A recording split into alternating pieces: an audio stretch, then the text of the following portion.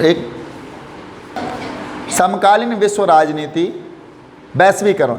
हम वैश्वीकरण के अंतर्गत पढ़ रहे हैं आज आर्थिक प्रभाव, यानी वैश्वीकरण के आर्थिक रूप से कौन कौन से प्रभाव विश्व पर पड़े हैं, हम इसके बारे में आज बात करेंगे। वैश्वीकरण अर्थात एक वैश्विक ग्राम, विश्व के सभी देशों के बीच की जो सीमाएं थी, जो प्रतिबंध थे, वो सब समाप्त कर दिए गए हैं वैश्वीकरण के कारण। और अब इसका क्या प्रभाव पड़ रहा है, हमने देखा संस्कृति पर हमारी पर क्या प्रभाव पड़ा, आर्थिक जगत पर क्या प्रभाव पड़ा, बाजारों पर क्या प्रभाव पड़ा, उत्पादन पर क्या प्रभाव पड़ा, ये सारी चीज़ें, हम सुरक्षा पर क्या प्रभाव पड़ा वैश्वीकरण से, हम सारी प्रक्रियाओं को भली भांति समझने का प्रयास कर रहे हैं। हम देखेंगे वैश्वीकरण के आर्थिक पहलू के बारे में सब कुछ भले ही नहीं जाना जा सके, हम आर्थिक पहलू के बारे में सब कुछ तो नहीं जान सकते। यह कहा जा सकता है कि वैश्वीकरण को लेकर जारी बहसों का बड़ा हिस्सा और इस बहस की दिशा इसी पहलू से संबंधित है।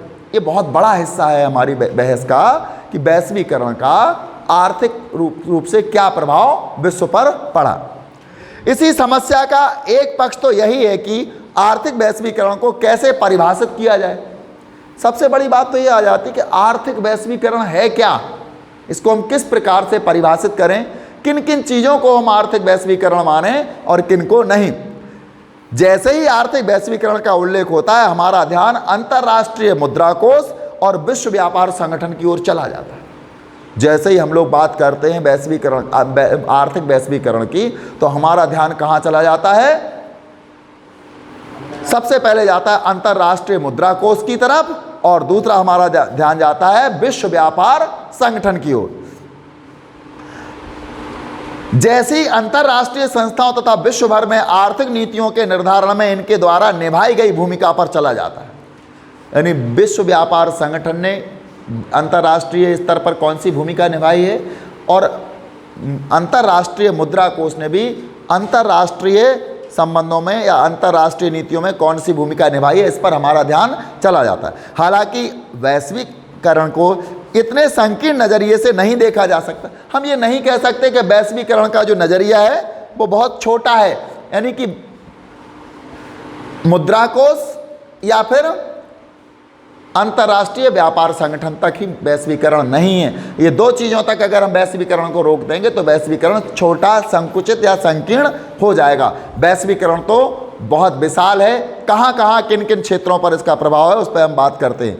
आर्थिक वैश्वीकरण इन अंतर्राष्ट्रीय संस्थाओं के अलावा, यानी अंतर्राष्ट्रीय मुद्रा कोष और विश्व व्यापार संगठन के अलावा भी कई संस्थाओं से जुड़ा हुआ है। जैसे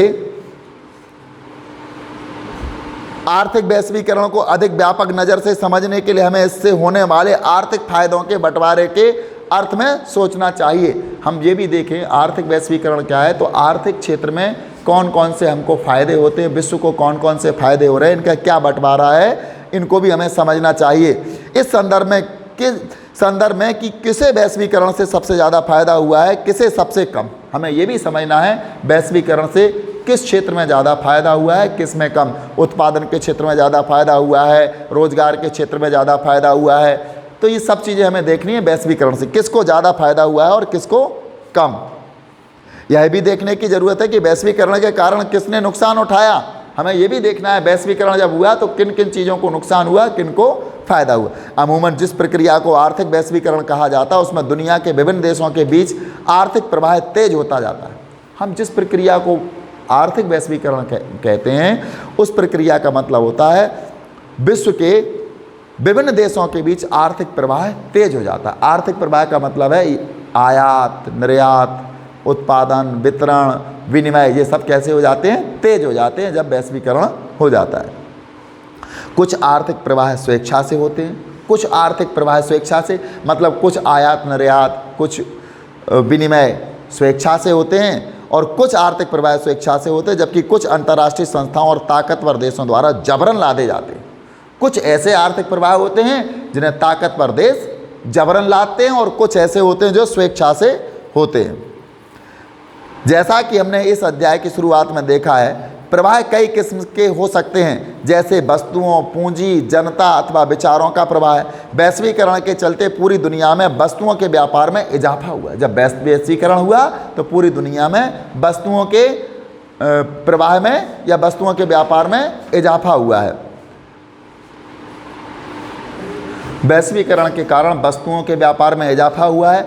अलग अलग देश अपने यहाँ होने वाले आयात पर प्रतिबंध लगाते थे। जब वैश्वीकरण नहीं था उस समय क्या होता था, अलग अलग देश अपने यहाँ जो आयात होता था, वस्तुएं आती थी, उस पर प्रतिबंध लगा देते थे। लेकिन अब ये प्रतिबंध कम हो गए हैं। वैश्वीकरण के कारण अब प्रतिबंध कम हो गए। जैसे भारत में चाइना, जर्मनी, जापान की कोई वस्तु यहाँ आती थी भारतीय बाजार में बिकने के लिए, तो भारत उस पर प्रतिबंध लगा देता था। लेकिन जैसे ही वैश्वीकरण हुआ तो ये प्रतिबंध अब कम हो गए हैं। ठीक इसी तरह दुनिया भर में पूंजी की आवाजाही पर अब कहीं कमी या कम प्रतिबंध है। पहले क्या था, पूंजी की आवाजाही पर भी बहुत प्रतिबंध थे, लेकिन अब विश्व के किसी भी देश में पूंजी की आने और जाने पर कम प्रतिबंध हैं। व्यवहारिक धरातल पर इसका अर्थ यह हुआ कि धनी देश के निवेशकर्ता अपना धन अपने देश की जगह कहीं और निवेश कर सकते हैं। मतलब किसी देश के जो निवेशकर्ता हैं वो अपने धन को अगर चाहें तो अपने देश के अतिरिक्त और किसी भी देश में वो निवेश कर सकते हैं। खासकर विकासशील देशों में जहां उन्हें ज़्यादा मुनाफा होगा। यानी निवेशकर्ता जो धन को उत्पादन के कार्यों में लगाना चाहते हैं वो ऐसे देशों में इस धन को लगा देते हैं जहां उन्हें ज़्यादा मुनाफा होता है, और ऐसे देश होते हैं विकासशील देश। तो विकासशील देशों में वो अपना धन को निवेश करने के लिए उत्सुक होते हैं। वैश्वीकरण के चलते अब विचारों के सामने राष्ट्रों की सीमाओं की बाधा नहीं रही। अब कोई भी विचार हम करते हैं, हम कभी भी धन का निवेश करने की बात करते हैं या आर्थिक रूप से कोई बात हम करते हैं, तो अब देश की सीमा उसके लिए बाधा नहीं रही। उनका प्रवाह आबाद हो उठा है। आबाद का मतलब बगैर किसी बाधा के उनका प्रवाह कहीं भी हो जाता है। हम कहीं भी पूंजी निवेश कर सकते हैं और किसी भी देश का अपने यहाँ आकर के कोई भी पूंजी को निवेश कर सकता है। इंटरनेट और कंप्यूटर से जुड़ी सेवाओं का विस्तार इसका एक उदाहरण है। आज इंटरनेट और कंप्यूटर से जुड़ी सेवाएं इसका उदाहरण है। हम एक जगह पर बैठ करके विश्व के किसी भी बाजार में किसी भी बाजार से वस्तु खरीद सकते हैं, बेच सकते हैं। इसमें राष्ट्र की सीमा प्रवाह या कोई बाधा उत्पन्न नहीं करती है। लेकिन वैश्वीकरण के कारण जिस सीमा तक वस्तुओं और पूंजी का प्रवाह बढ़ा है उस सीमा तक लोगों की आवाजाही नहीं बढ़ सकी। वैश्वीकरण के कारण जिस सीमा तक वस्तुओं का प्रवाह बढ़ा है उस सीमा तक लोग नहीं पहुंच पाए। जैसा कि हमने एक उदाहरण में बताया था, जनार्दन जॉन बन करके भारत के उत्पादों को अमेरिका में बेचता है, लेकिन जॉन ने कभी अमेरिका नहीं देखा है। तो वस्तुओं का जो प्रवाह बढ़ा है विश्व के जिन देशों तक, वहां तक लोगों का प्रवाह नहीं बढ़ा है, लोग नहीं जा पाए वहां तक। विकसित देश अपनी वीजा नीति के जरिए, जो विकसित देश हैं जिनके देशों का विकास हो चुका है, जैसे अमेरिका है, ब्रिटेन है, फ्रांस है, ऐसे जो विकसित देश हैं वो अपनी वीजा नीति के कारण, वीजा नीति का मतलब होता है एक वीजा पत्र होता है जिस के अंतर्गत किसी भी व्यक्ति को, विदेशी व्यक्ति को देश के अंदर आने की अनुमति होती है। तो ये देश क्या करते हैं, जो विकसित देश हैं अपनी वीजा नीति को इतना मजबूत बनाते हैं कि उसके कारण कोई अन्य बाहर का व्यक्ति उनके देश के अंदर प्रवेश ना कर सके। तो वीजा नीति के जरिए अपनी राष्ट्रीय सीमाओं को बड़ी सतर्कता से अभेद बनाए रखते हैं। राष्ट्र की जो सीमाएं अभेद होती हैं, कोई बगैर वीजा के अंदर नहीं पहुंच पाता उनमें, ताकि दूसरे देशों के नागरिक विकसित देशों में आकर कहीं उनके नागरिकों के नौकरी धंधे ना हथिया लें, जिससे कि विकसित देशों के अंदर विकासशील देशों के नागरिक ना आ जाएं और आकर के हमारे यहाँ के लोगों के नौकरी और धंधे ना हथिया लें।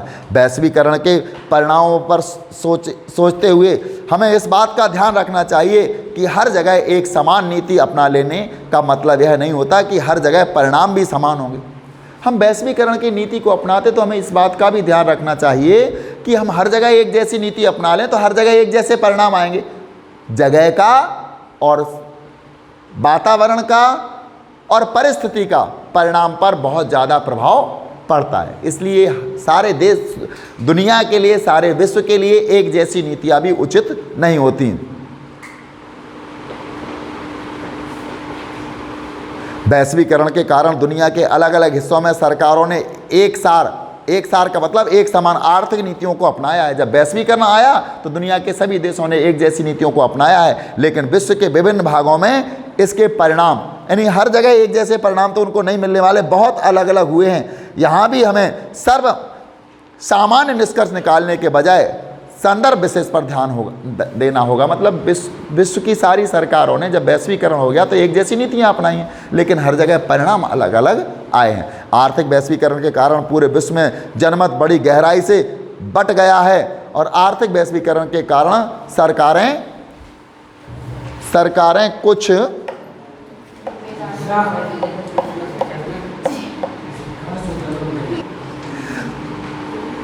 सरकारें इन जिम्मेदारियों से अपने हाथ खींच रही हैं, और इससे सामाजिक न्याय से सरोकार रखने वाले लोग चिंतित हैं।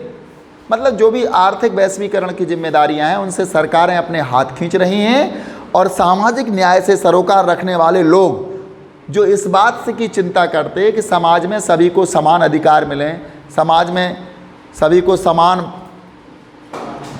अधिकार मिलना चाहिए, समानता से रहें, समान सामाजिक न्याय मिले, ऐसी चीज़ों से सरोकार रखने वाले लोग चिंतित हैं। इनका कहना है कि आर्थिक वैश्वीकरण से आबादी के एक बड़े छोटे तबके को फ़ायदा होगा। यानी जब आर्थिक वैश्वीकरण हो जाएगा तो विश्व के या वैश्वीकरण से आबादी का जो हिस्सा रह जाएगा उसके एक बड़े या छोटे तबके को फ़ायदा होगा, जबकि नौकरी और जन कल्याण, जैसे कि नौकरी लोगों को मिलती है, जन कल्याण होता है, शिक्षा, स्वास्थ्य, साफ सफाई की सुविधा आदि के लिए सरकार आश्रित रहने वाले लोग बदहाल हो जाएंगे। मतलब जो नौकरियों पर आश्रित रहेंगे वैश्वीकरण में, वो लोग कैसे हो जाएंगे, या सरकार पर जो आश्रित रहेंगे वो बदहाल हो जाएंगे।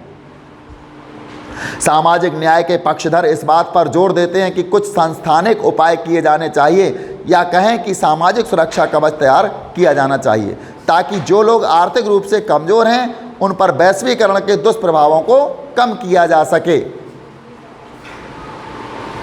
सामाजिक न्याय के जो पक्षधर हैं वो चाहते हैं कि कुछ संस्थानिक उपाय किए जाने चाहिए, मतलब संस्थागत तरीके से विश्व की सरकारें, विश्व के विभिन्न राष्ट्रों की सरकारें कुछ संस्थागत तरीके से एक सामाजिक सुरक्षा का कवच तैयार करें, ताकि जो लोग आर्थिक रूप से कमज़ोर हैं, जिनकी आर्थिक स्थिति कमज़ोर हो रही है, उन पर वैश्वीकरण के दुष्प्रभावों को कम किया जा सके। तो वैश्वीकरण के सबसे ज़्यादा दुष्प्रभाव किन पर पड़ रहे हैं? जो सरकार पर आश्रित लोग हैं, जो नौकरी पेशा लोग हैं, उन पर वैश्वीकरण के सबसे ज़्यादा दुष्प्रभाव पड़ रहे हैं।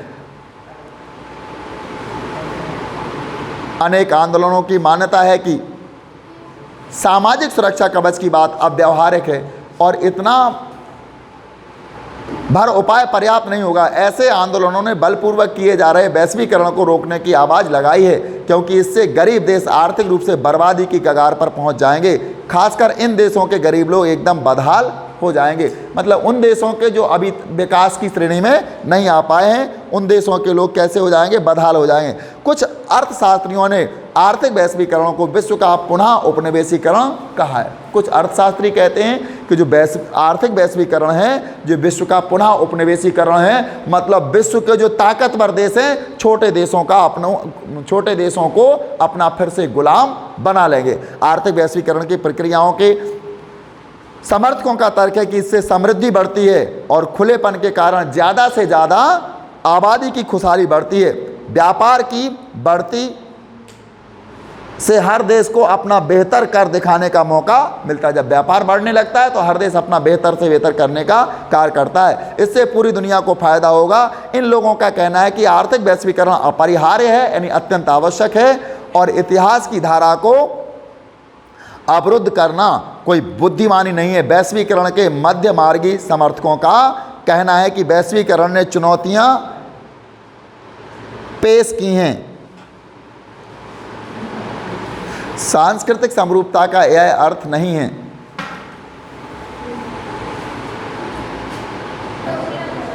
ये सांस्कृतिक चुनौतियां जो पेश की हैं और सजग सचेत होकर पूरी बुद्धिमता से इसका सामना भी किया जाना चाहिए। मतलब जो वैश्वीकरण के समर्थक है वो ऐसा कह रहे हैं, जो चुनौतियां हैं उनका पूरी सजगता से और बुद्धिमता से सामना किया जाना चाहिए। बहरहाल इस बात से इनकार नहीं किया जा सकता है कि पारस्परिक निर्भरता, मतलब हमारी एक देश की दूसरे देश पर जो निर्भरता है, उस निर्भरता की रफ्तार अब तेज हो चली है। वैश्वीकरण के फलस्वरूप विश्व के विभिन्न भागों में सरकार, व्यवसाय तथा लोगों के बीच जुड़ाव बढ़ रहा है। यानी वैश्वीकरण से हम एक दूसरे देश पर निर्भर होते जा रहे हैं और इसी निर्भरता के कारण हमारा जुड़ाव एक दूसरे से हो रहा है।